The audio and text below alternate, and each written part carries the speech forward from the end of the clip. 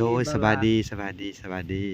บ่าวสายฝนคนรูปหล่อคนขยันนำเนาะพี่น้องเนาะเป็นอะไรเห็ดพายกันเห็ดหยังกันนะจูดอันน่ะโอ้จุดขี้เหงื่อท่อมเขาอันกอมันได้กอมันตายไปเบิ่งไปทุกคนเนาะก็สิไปเบิ่งเพิ่นจูดขี้เหงื่อหรือว่าอันจูดเหอะไม้ที่มันเป็นเหอะอันนี้นะเนาะโดยเพราะว่าแต่เก่ามันเป็นกองใหญ่เลยโดยน้องตัดเงินมันตายแล้วจูดทิ้งโอ้นี่บ่าวฝนเจ้าให้มันนี่เจ้าเอามาใส่นี่ให้ต้นไม้มันตอมันตายนี่พี่น้องนี่นี่มาสุมใส่ต้นนี่เวลามันก็สิตายไปเองมันเด้สุมใส่นี่พอดีอากาศก็หนาวเนาะสุมไผ่ขันกับพอดีเลยถูกฤดูมันพี่น้องเอ้ยดังไผ่สุมใส่ตอมันเวลามันก็ตายกินลงไปเองมันบ้านนี้เด้อเครื่องปลูกของพังเข้ามาจังหน่อยนี่ใส่นี่เต็มเบิดเลยได้กินนี่กองนี่เอามาใส่ต้นนี่มันจะได้ตายถิ่มเด้เผาถิ่มถ้าเกิดว่าเผาถิ่มมันจะห่อนหรือห่อนเหงามันจะตายเลยแบบบรรยายเลย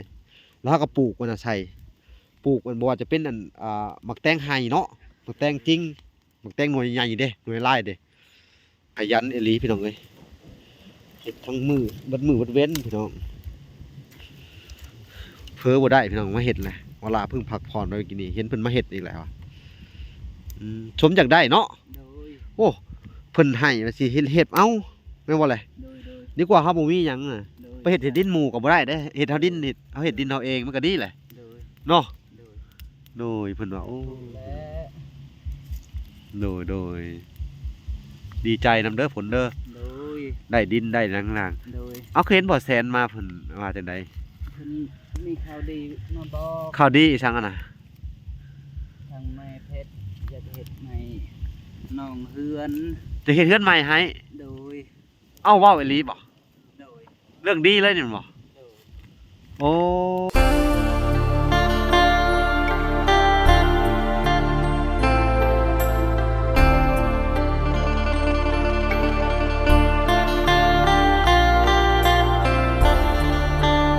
โอเคเนาะทุกคนกราบสบายดีพ่อแม่พี่น้องเบิดสู่คู่สู่คนเนาะกันยินดีเข้าสู่ช่อง YouTube บ่าวหลาสายบุญคุณธรรมคือเก่าเส้นเก่าเส้นเคยนะทุกคนเนาะทักทายสบายดี FC ทางฝั่งไทยและ FC ทางฝั่งลาวและ FC ทางต่างประเทศนำเด้อทุกคนกราบสบายดีพ่อๆแม่ๆทั้ง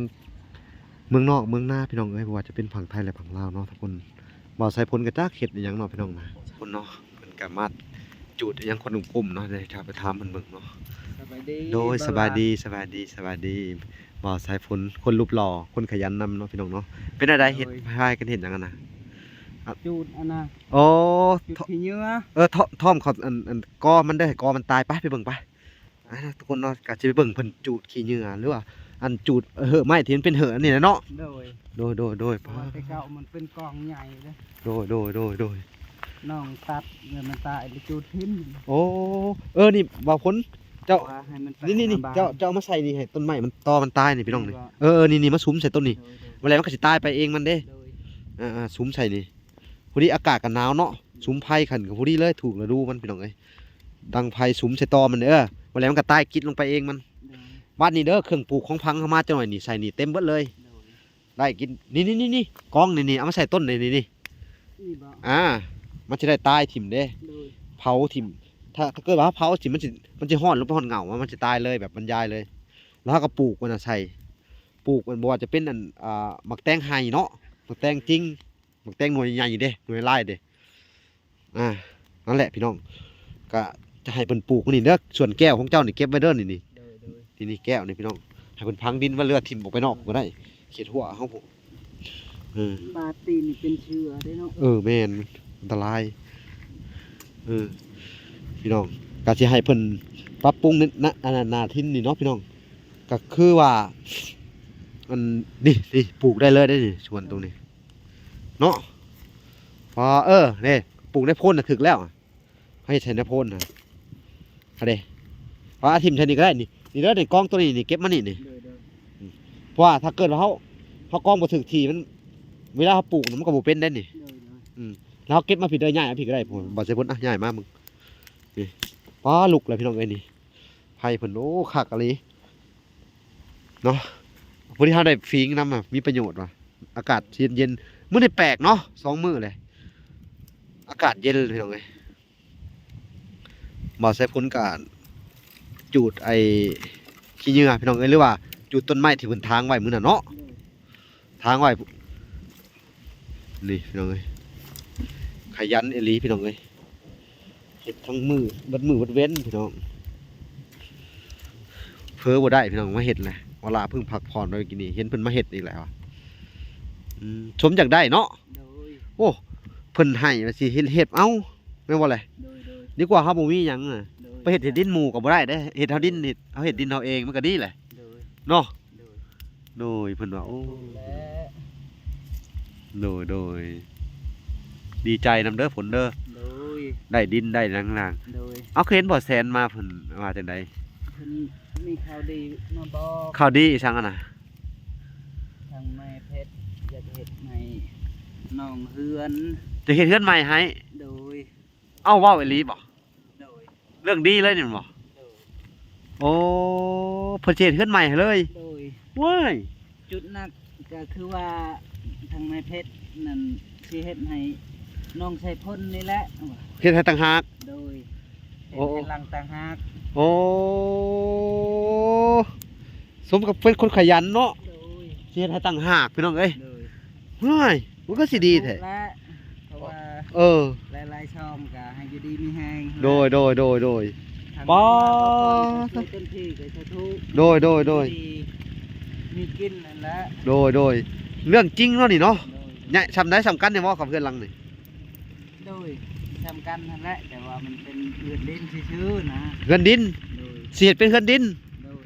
ปอดพี่น้องเอ้ยดีใจนำบ่ใช้ผลเพิ่น บ่ฮู้ว่าจะเช้านั่นยังบ่ทันฮู้นะ ปอดก็มีข่าวดีจากบ่าวแสนเนาะทุกคนเนาะว่าสิเฮ็ดเฮือนดินให้ โดย อ้าเถอะพี่น้องเอ้ยดีใจนำอันบ่าวผลพี่น้องเอ้ยโอ้เป็นข่าวที่ดีนี่เนาะผลเนาะ โดย จังได้ก็อย่าเด้อ โดย อันเชื่อบ่คือไอ้เว้า เชื่ออยู่ เชื่อบ่ แต่ที่ผ่านมาก็น้องเชื่อ แม่นบ่ บ่พรบ่ลาบ่แซนบ่เพย โดย ทุกช่องและทุกๆทาน แม่นคนดีต้องได้รับดี โดย แม่นบ่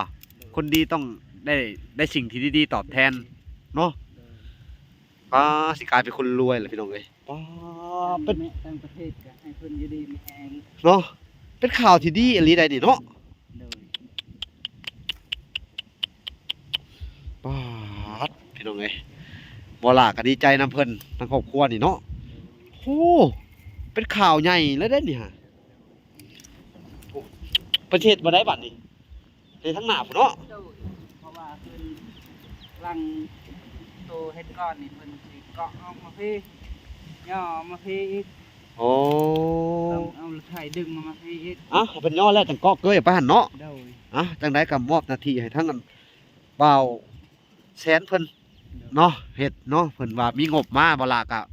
งบก็บ่มีก็บ่เป็นหยังพี่น้องเอ้ยเพราะว่าทางอีแม่เฮาก็เพิ่นก็ว่าสิเกาะออกข้างนอกเนาะแต่ว่าทางอันบ่แสนว่าสิยกออกมานี่บ่แลก็รอเพิ่นยกแล้วจะเกาะมาก็ได้เนาะ โดย ก็ได้บ่เป็นหยังก็เป็น นั่นก็ได้ เป็นเฮือนของอันลูกจ้อยนางลิ้นทางนี้ข้าวเฮือนใช้ผลก็ต่างหากอีกโอ้เนาะโอ้ดีใจแล้วบาดนี่ และ ปอดเถอะ ทางอีเมลต่างประเทศ คักเนาะ โดย นินบ่พี่น้องเอ้ยความดีความขยัน โดย เป็นเหตุให้เพิ่นหักเพิ่นแพงนี่แหละ คือ ลูก เพิ่นเว้า พอแล้วผัวบอกแม่ว่าพอแล้วเด้อว่ะ เพิ่น ลูกกับบ่มีหยังตอบแทนนั่นนะ และเพิ่นว่าจังบ่เป็นหยังเฮ็ดให้อย่างเดียว คิดลังอายเพิ่นนะ โอ้ คิดลังอายแม่ต่างประเทศ เออ อเมริกา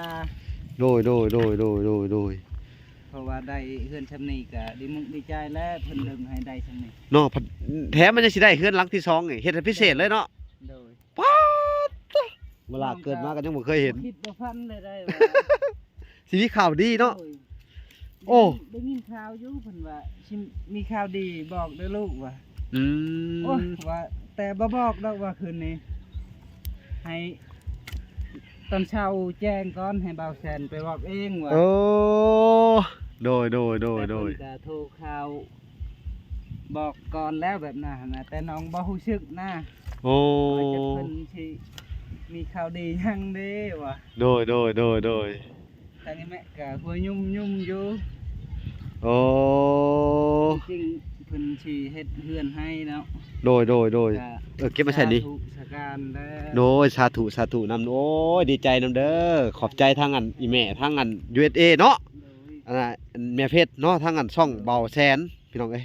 ก็ดีใจนำเพิ่นเนาะ โดย นำทางอันเบาสายพลแล้วก็ลุงโจยเนาะแล้วก็ขอบใจทางอีแม่เพชรทางอันเมืองนอกเมืองนาทางอัน โดย ช่องเบาแสนพี่น้องเอ้ยผู้ใหญ่ใจดีจากช่องเพิ่นที่มาอ่ามาบอกข่าวเพิ่นว่าไอ้ข่าวอิหยังนะข่าวดี ข่าวดี ก็คือเฮือนชาญนี่แหละ คือ พี่น้อง เฮือ เอ้ น ย ชานอยู่นี่แหละ ปาดโถ สาธุแล้ว สาธุโอ้ยดีใจนำเด้อ โดย เช่ว่าได้ฮอด2หลังพร้อมเดียวกันเลยตอนนี้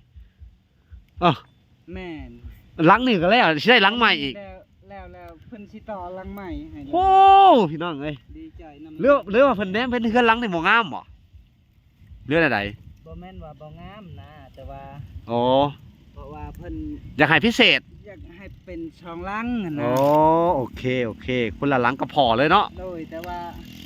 มันบ่ใช่ลื่นดอกกับตัวนี้ฮะ สำคัญเนาะ โดยแต่ว่าตัวนั้นให้เป็นเฮือนดินนะ โอ้ ตัวนี้ให้เป็นเฮือนไม้ เฮ็ด2หลัง โดย โอ้พี่น้องเอ้ยสุดยอดขอบใจเด้อผู้ใหญ่ใจดีจาก USA ขอบใจที่ช่วยสายฝนเนาะ โดย พาดพี่น้องเอ้ยเป็นข่าวดีอีหลีได้เนี่ยสมกับคนขยันอีหลีวันนี้เจ้าจังเอาผ้ามาตัดออกพ้นได้ต้นน่ะฮะ ป้าผ่อนไปใช่บ่ บ่พรนั่นเพิ่นอันน่ะเพิ่นไปนอก เพิ่นมื้อแล้วบ่ ยังบ่เมื่อเลยป้าเถอะอันนี้ก็ได้ยินก็ดีใจนํเลยพี่น้องเอ้ย โดย ก็คือ น้องก็ดีใจแล้วได้ยินข่าวเว้ย เนาะป้า ได้พันเลยว่า เออ เดี๋ยวนี้นะ โดย สาธุสการ สุดยอดพี่น้องเอ้ยป้าโทษสายพลเด้ยก็ถือว่าเป็นคนบุญมีวาสนาอีหลีเนาะ โดย มีบุญมีวาสนาอีหลีพี่น้องเอ้ยป้าเถอะบ่น่าเชื่อเนาะ ใจละลายทางนี้แม่ โดย ต่างประเทศ โดย ให้ดีมีแห้งเด้อแม่เด้อ โดยโอ้ยโดย สุขภาพเข้มแข็งสาธุ โดยโอ้ยบ่ละดีใจเด้อดีใจนำนั่นทางนั้นครอบครัวนี่อีหลีพี่น้องเอ้ยถ้าเกิดว่า นี่แหละ อันพี่น้องเอ้ยเพิ่นว่า คนดี มีหยังก็เข้ามาเนาะสิ่งดีๆก็เข้ามา โดย แม่นบ่แหละ โดย ถ้าคนบ่ดีก็บ่มีหยังเข้ามาดอกพี่น้องเอ้ยคนเฮาถ้าดุหมั่นขยันเฮ็ดเพิ่นเขาว่าตั้งใจเฮ็ดเพิ่นเห็นใจอยู่ดอกพี่น้องเอ้ยถ้าตั้งใจเนาะถ้าตั้งใจเพิ่นก็เห็นในความเฮาตั้งใจ ผู้เพิ่นมีเงินมีคำอันเหลือใช้เหลือจ่ายพี่น้องเอ้ยเฮ็ดเฮือนซั่นนี่ก็เพิ่นเฮ็ดได้อยู่ดอกพี่น้องขอแต่คนที่เพิ่นเฮ็ดให้เป็นคนดีเนาะโอ้ยสู้เด้อสายพลเด้อพยายามเป็นคนดีต่อไปให้ได้เด้อ ก็คือเครื่องปลูกของพังที่ทางอันอีแม่ทางช่องบ่อล่าเพิ่นสิให้ระดมทุนปลูกก็คือเฮ็ดต่อไปเด้อปลูกเข้าไปก็คือในตะนางในอีหยังนี่ก็เรียบร้อยเบิดแล้วก็คือให้เจ้าเฮ็ดต่อไปได้เฮือนได้ซ่านเลย เพราะว่าได้ปลูกก็ต้องได้ใช้ตะนางเหียบห้อย อ่ะ มา นั่นแหละ และ คือว่าต้นพอกต้นพร้าวอีหยังก็ได้มาเบิดแล้วเนาะ โดย ยังต้องการหยังอีกบัดนี่ พอแล้ว มีแต่ว่าพอให้ หัวแล้ว หัวแล้วให้มัน บ้านนี้อย่าลืมเด้อ พแล้ว สิ่งที่อันไอ้อีแม่ทางอัน โดย ช่องบ่อล่าเน้นมาก็คือให้ใช้พ้นปลูกมะคุง โดย และก็อัน ได้ หมากพริก โดย แล้วก็อันไผ่เลี้ยงน้อง โดย ตัวนี้สิได้ขายตลอดได้พอพ้นเลย โดย เนาะ โดย เอ้าจังได้กระยาเนาะพี่น้องอ้อย อย่าลืมนะ ให้เพิ่นขยันต่อไป หน้าต่างนี่หอบหมด เนาะตะนางในหอบเบิด โดย อืม ตะนางหอบหมดเหือน กะ ชา จังได้กระยาเนาะถ้าก่อนมื้อนี้เพิ่นว่าเพิ่นไปสั่งไม้อยู่บ่พรกับอันพ่อเจ้าไปสั่งไม้เด้ โดย ก็คือว่านี่คือข่าวว่าเขาก็จะมาส่งให้ภายในมื้ออื่นเลยแล้วเนาะเรื่องใดๆมื้ออื่นหรือมื้อฮื้อ โดย ฮะ น่าจะเป็นมื้ออื่นนี่แหละ โดยแล้วก็หัวเขาก็สิดำเนินการให้มันแล้วเร็วๆนี่แหละพี่น้องเอ้ยแต่ว่าเพิ่นเฮ็ดไปพี่น้องเอ้ยเด้เฮ็ดได้ค่อนทางเลยเนาะ โดย แล้วก็อย่าลืมสามใส่นี่ โดย คนเอาลักอันนั้นแน่นๆมาเนี่ยเพราะว่าลักหัวเนี่ยมันจะอยู่ได้เป็น10 20ปีผู้เด้ โดย ตะนางนี่เด้อ โดย จนสัวลูกสัวหล้านเฮาผู้แหละ โดย จังได้กระยาพี่น้องเอ้ย บ่าวลาบ่าวพรเพิ่นจะเฮ็ดให้เต็มที่ โดย เฮ็ให้ตามใจมาก คักเนาะ เอาไม้แกนไม้ลักมาใส่ แม่น ก็คือ น้อง เขาสิเฮ็ดทั้งที่เขาก็ เฮ็ดตามทางอ้ายช่างและ เออ เพิ่นก็ให้ได้ดีเองหั่นน่ะ แม่น สาธุบ่ล่ะ แม่นเขาบอกทุกๆครั้งก็อยากให้เพิ่นได้ดีเองอะนะพี่น้อง โดย โอ้เขาบอกเอาแบบว่า สิ่งที่ดีๆอะนะถ้าละขั้วตะนางมันดีละขั้วก็ต้องดีนำ โดย ถ้าได้ตะนางมันก็ดีหนึ่งละขั้วบ่ดีก็โง่อีกลบบ่สิมันบ่ได้ ถ้า ได้ ว่าตะนางดีกับลังหัวบ่ดีมันก็ล่มน้ำเลยเนาะ นั่นแหละพี่บอกคือเขาเว้าแหละถ้าเป็นตะนางเขาต้องใส่ลักดี โดย จังได๋ก็อย่าถ้าเกิดว่าลักได้ที่มันดอกแหละเฮาพยายามไปหาเอาไม้แก่นน่ะมาใส่คือเก่าไปหาคอเขาอยู่โคกมันบ่อึดไม้แก่นไม้จิกน่ะ ไม่จริงไม่แดงลักไม่หลอนเอามาโลดมาแซมซ้ำใส่น่ะเจ้ากระตอกใส่โอ้ยเจ้าหัวนี่มักพริกมักเขืออีหยังเจ้านี่ไก่ก้านี่บ่มายุ่งของเจ้าดอกบัดนี่ที่แต่เจ้ากินสบายเลยวิตาพุดน้ำใส่แต่ละมื้ออยากหยังอยากกินมักเขือมักพริกปลูกเอาเองเขาบ่ต้องซื้อไผมันเพราะนี่เฮามักพริกนี่เฮาได้ขายเฉยหน่อไม้เลี้ยงน้องเขาได้ขายมักหุ่งเขาได้ขาย บ่ว่าดอกว่าขายเนาะบ่ล่ะ เออ ถ้าว่ากุมตนเองก็สาธุและ โอ้ยนั่นแหละคือสิ่งที่เพิ่นปรารถนาฮะนี่แหละสิ่งที่ชุมอ้ายอยากให้เจ้าเป็นคนที่แบบกุมตัวเองได้ให้ได้ โดย คือแม้สิเฮาช่วยนี่ช่วยอยากให้เจ้ากุมตัวเองไปในมื้อหน้ามื้อในแม่นบ่แหละ โดย นั่นแหละโอ้เขาเรียกว่านี่แหละกุมตัวเองถาวรเลยแหละ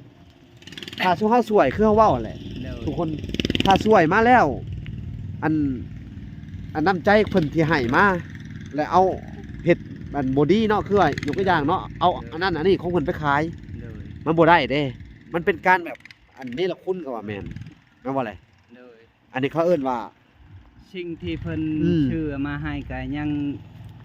ที่ว่าเป็นจกเป็นช่างก็ยังค้างอยู่ นั่นแหละ คือ ก็บ่ได้เชียร์ไปใช้ โดยทุกสิ่งทุกอย่างให้อยู่ให้ทุกเจ้าใช้ตลอดไปเด้อบ่แม่นว่า อันคือไอ้เว้าแหละมันยกตัวอย่างขึ้นซื่อๆเด้อบ่ได้เว้าสิเจ้าเด้อขอให้เจ้าเป็นคนดีมาตลอดเสมอต้นเสมอปลายเด้อและก็สิ่งที่เพิ่นมอบหมายให้ก็คือต่อไปก็คือได้เฮือนได้ซ่านอิหยังแล้วครบรบเลยก็คืออันตะนอกตะนางมันได้เบิดแล้วก็คือหัวนี่แหละสำคัญสุด ก็มา3อีก3อีกแล้วก็เครื่องปลูกของพังเฮาให้มันได้คือเพิ่นเว้า น้องยังสิพูดอยู่ได้เป็นลักนึงเนี่ย ใช่แล้วก็ แน่น แม่นเอ้าทางลูกโจยเฮ็ดอิหยังอีบาดเฮ็ดอิหยังมาเอาหม้ออิหยังมาบัดนี้โอ้สิต้มไข่นะใช่ป่ะกินไข่บ่ได้กินได้เลย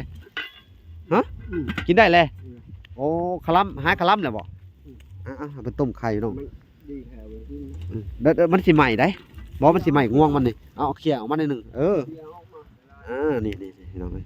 อากาศก็หนาวพิงไผก็คักอยู่พี่น้องเอ้ย เขาได้แต่มันใหม่ ลุงโจยสวัสดี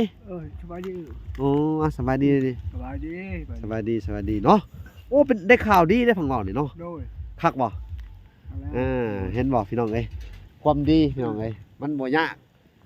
ถ้าเฮาเป็นคนดีสิ่งดีๆก็เข้ามาแม่นบ่แหละ ได้ก็ยอมเบาละเบาพอแล้ว แล้วก็ จะบอก โดย เอ้ย เขาแสน มาแซนบักเอ้ย โดย ทุกๆช่องที่เขามาถ่ายเนาะโดย ว่าเป็นทางประเทศว่าพังไทยพังลาวก็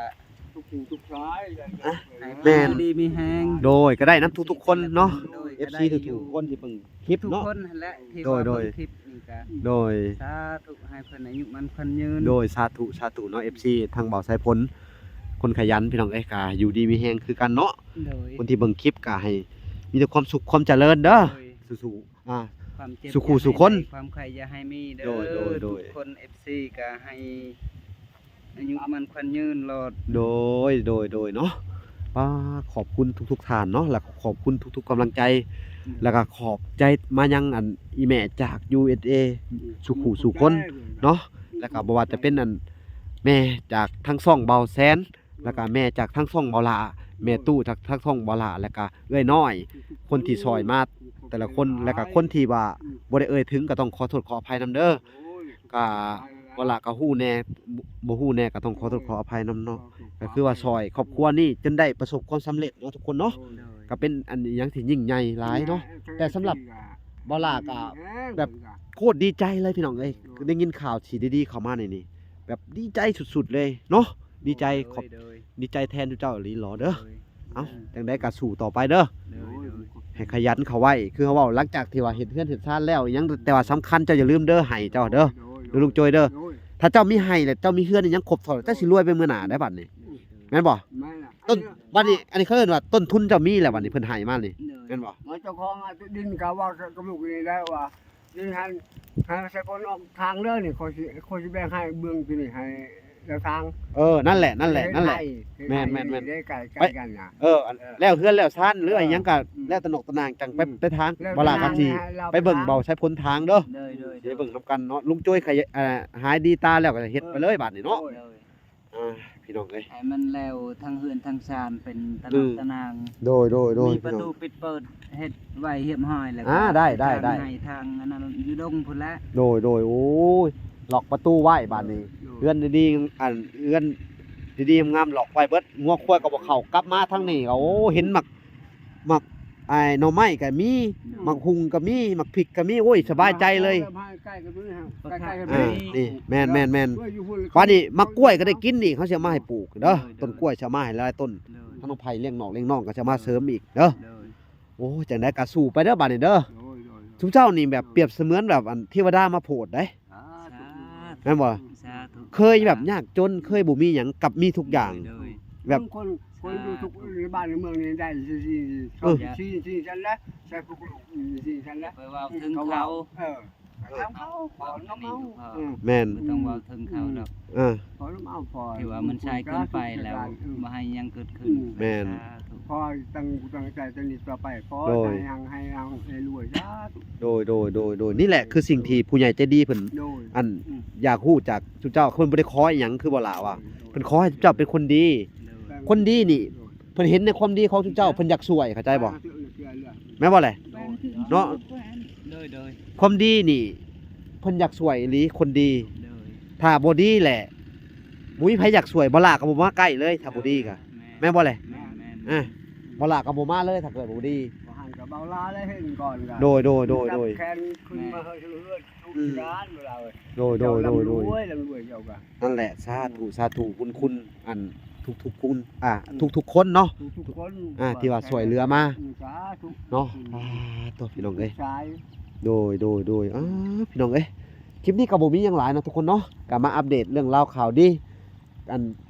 ทางครอบครัวตู่โจ้ยแล้วก็น้องสายฝนเนาะก็จะได้มีเฮือนใหม่เนาะเร็วๆ เลย ไม่เร็วๆนี่แหละทุกคนก็คือเป็นเฮือนดินทางเบาไซเบาแซนพี่น้องเอ้ยมาอัปเดตว่าจะได้เฮือนใหม่แล้วเพิ่นว่าทางอันแม่เพชรเพิ่นว่าสิได้เฮ็ดให้เนาะ เลย ก็ขอบใจทางแม่เพชรหลายๆเนาะโอเคคลิปนี้ก็บ่มีหยังหลายเนาะทุกคนเนาะ